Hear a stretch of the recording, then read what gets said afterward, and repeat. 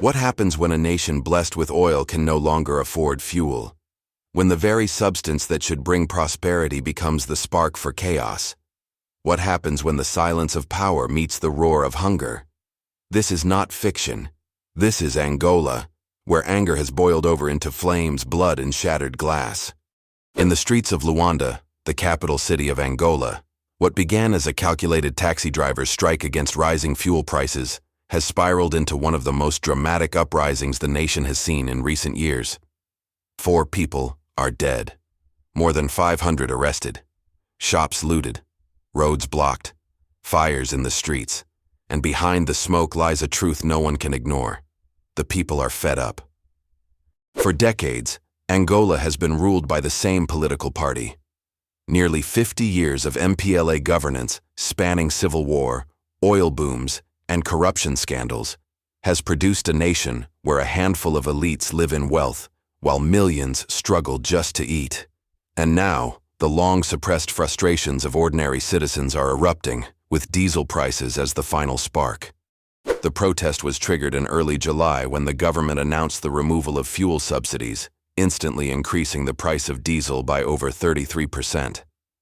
On paper, Angola's diesel is still among the cheapest in the world, just 40 US cents per liter.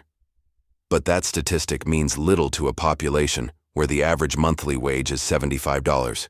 When transport prices spike, so do food costs, medical expenses, and basic survival. And for the millions who rely on taxis to get to work, school, or hospital, the ripple effect is brutal. The taxi drivers were the first to push back. They announced a 3-day strike to protest the new diesel prices.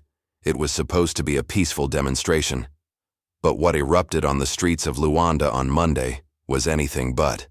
As the sun rose, thousands gathered, many beyond the taxi unions. Youths, traders, mothers, and the unemployed, people who have long carried the weight of economic hardship, poured into the streets. They were not just protesting fuel, they were protesting hunger, neglect, and the feeling of being forgotten. Tires were set on fire, barricades erected, cars were smashed, supermarkets and shops were looted. Entire streets came to a standstill. By nightfall, parts of Luanda resembled a war zone. Witnesses reported gunfire. Chaos reigned, and in the middle of it all, 4 citizens lost their lives. The violence didn't stop there. On Tuesday, the unrest continued. Police clashed with demonstrators. More looting occurred, and the protests expanded beyond the capital to João, one of Angola's major cities in the central region. This wasn't a localized disruption. It was becoming a national uprising. For many, the spark was economic, but the fuel was political. Decades of frustration were suddenly unleashed. Chants filled the air condemning the fuel hike, the long rule of the MPLA, and the state of the economy. This was not just about diesel. It was a cry for dignity. Yet the government's response was far from conciliatory. The president of Angola dismissed the outcry, arguing in an interview with foreign media that even after the increase, Angola's fuel remains cheap compared to global standards. It was a cold, technical response to a deeply human problem. Because for a citizen struggling to feed their family, global price comparisons mean nothing. What matters is whether they can afford a bag of rice tomorrow.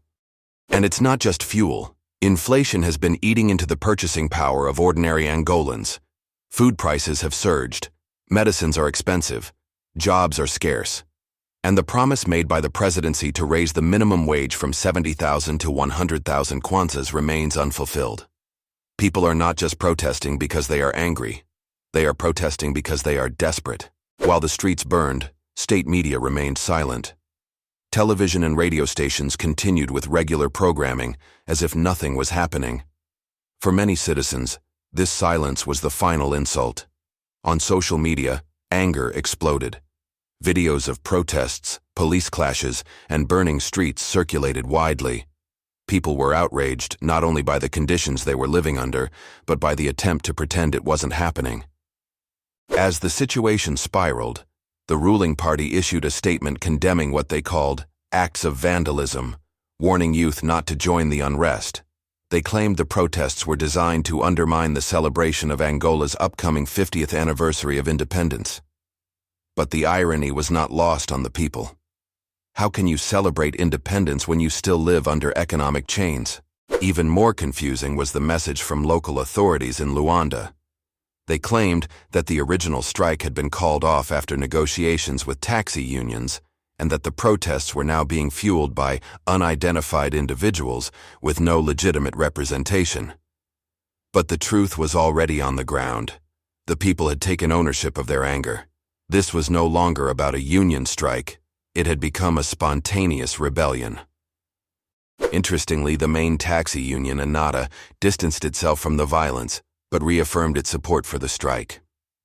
In a powerful statement, they said, "The voice of the taxi drivers reflects the outcry of the Angolan people." And that much was clear. These weren't isolated riots. These were the echoes of a broken contract between state and citizen. By Tuesday afternoon, the city remained tense. Most shops and banks stayed closed. Civil servants cautiously returned to work, but many in the private sector remained home, either in fear or on advice from their employers. Streets were quieter, but not peaceful. Police vehicles patrolled neighborhoods, making arrests and issuing warnings. The security forces stated that they would continue to intervene where there are still disturbances and re-establish public order. But the question loomed, at what cost? Order imposed without justice is only temporary. And history has shown that when you silence the people instead of hearing them, the anger does not disappear. It only waits. This crisis exposes a deep, painful reality in Angola and across much of Africa. Economic decisions made by governments without public input or protection for the vulnerable often backfire. It is not enough to say, "Fuel is still cheaper than in Europe," when your people are starving. Reforms must be paired with empathy, with programs to cushion the poor, and with real dialogue, not police batons. Angola's political leadership must reckon with a hard truth. The old ways of managing dissent, silencing media, dismissing protesters, deploying force, no longer work. The youth are awake. The poor are vocal. The nation is watching. And the world is beginning to pay attention. For almost 50 years, the MPLA has held power. That's 2 generations of uninterrupted rule. And while progress has been made in some areas, roads, oil exports, infrastructure, the core issues of poverty, inequality, and accountability remain unresolved. The young generation does not want another decade of silence. They want a seat at the table. If the government fails to understand this, Angola risks slipping into a cycle of deeper unrest. Not just protests, but potentially larger movements that could threaten long-term stability. The choice is now. Will the state listen, or will it suppress? Will it build bridges or erect more barricades? There is still time to change course. The government can begin by acknowledging the pain, not dismissing it, by offering economic relief, not excuses, by opening space for civil society and youth leaders to engage, not by locking them up, and by ensuring the media is free to report the truth, not bury it under state propaganda. Because the people are watching, the youth are watching, Africa is watching, and Angola has reached a crossroads. This moment is not just a crisis. It is an opportunity for leaders to rise to the occasion, an opportunity to build a new social contract, an opportunity to turn a nation's anger into energy for reform. But that window won't stay open forever. Here on Chronicle Updates, we will keep telling these stories that matter, stories that too often get ignored. If this report resonates with you, support the channel by liking the video, subscribing, and sharing it with others, because awareness is power, and the more we know, the less they can hide. We'll continue to follow developments in Angola as they unfold.